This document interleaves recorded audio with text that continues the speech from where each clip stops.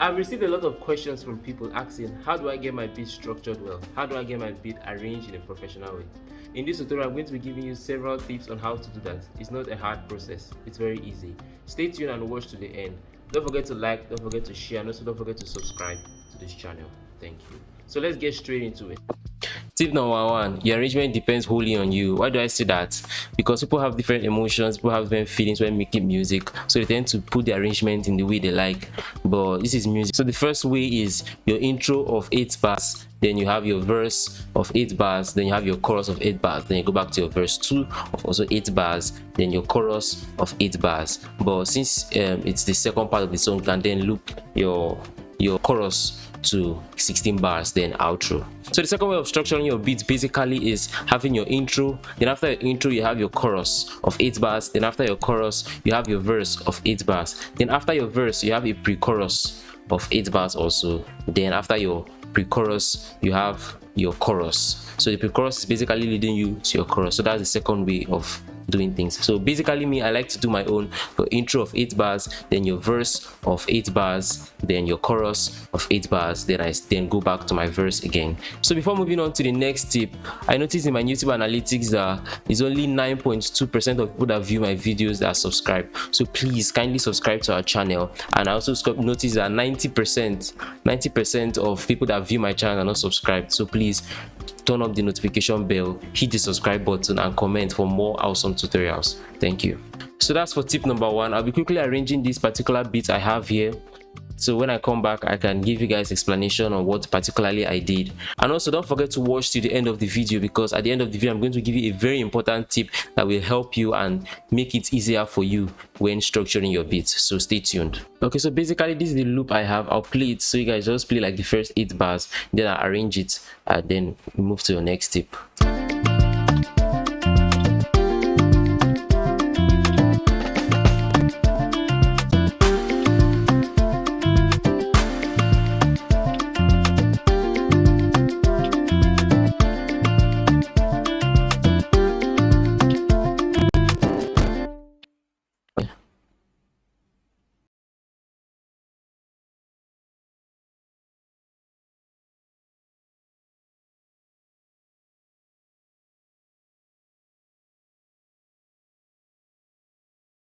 So after arranging, this is how it looks like. So I have basically my intro, then my verse, then I have my chorus, then my verse 2, then my chorus of 16 bars, then my outro basically. So it's very important that as you have your loop, or as you splitted channel, it's very important that you loop it to like maybe to infinity. Then maybe when you're done with arranging, you just erase the part that's not relevant. By so doing, it helps you in removing different sections that you don't want from a particular bar. So our tip number two is basically that your verse is where your music calms down. So your verse should be calm. It should not be having a lot of too much element, because basically that's where the person or the artist will sing on. So your verse should be calm. Then so your chorus is basically where you have almost all your elements playing, you get, because that's where the music is lively and all hyped up. So let me show you that what I did applying that. So this is my verse, my intro to my okay, let me play from the intro.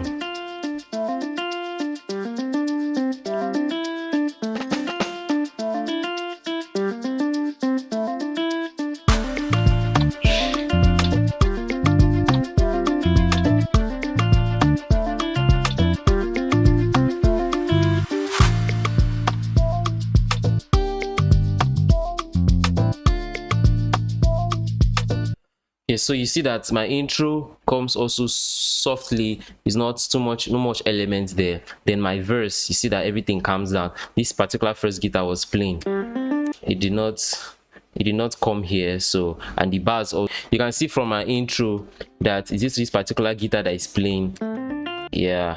Then with this one, then at the other section of the bar, that's the 4th bar, I brought up my drums, yeah, to keep it all spicy.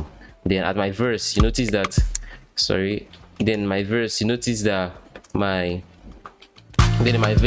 that the guitar is no longer playing again. It's just the other guitar that is playing. So, and also for my chorus, you notice that everything comes back together.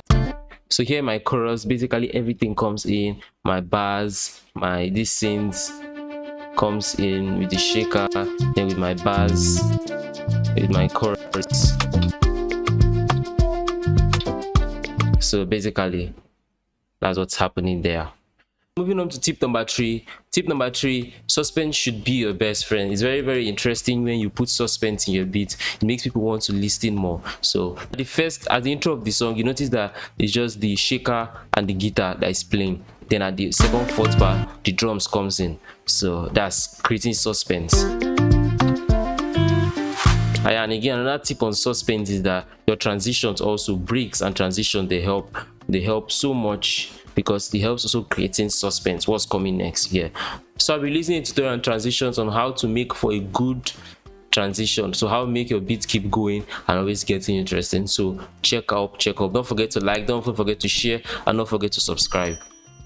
For tip number 4, you should have new instruments, new sounds at the other section of the song. What do I mean? Let me illustrate it here. So basically at my chorus here, I will have everything already. I already introduced all my elements, my drums, my bars, the synth, and everything here. So what happens when I come to the other section of my song, at the second part of the beat, that is where my verse 2 and my chorus 2 is. So what you do basically here is just to, maybe there should be a slight change in your drums, there should be a slight change maybe in your guitar sound, or you should just introduce maybe a new sound, maybe a plug guitar also. It helps in spicing the beat, so that people will not just believe that they're listening to a particular loop. So that's for tip number 4. Final tip, and for the most important tip on how to get your beat structured very easily, is basically using reference. What do I mean by reference? Referencing is where maybe you carry a particular song and then you drop it on your DAW, and as you drop it on your DAW, just try to look at what the producer or the song singer did in the arrangement,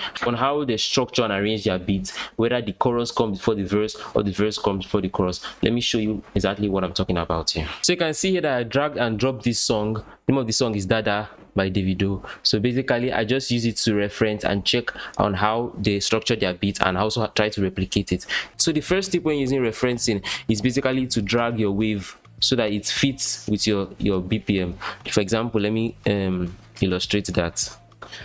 So here, so I just use Shift M, then I drag this. So I just cut this beginning part so it's synced very well, then drag it, then you just look at the wave.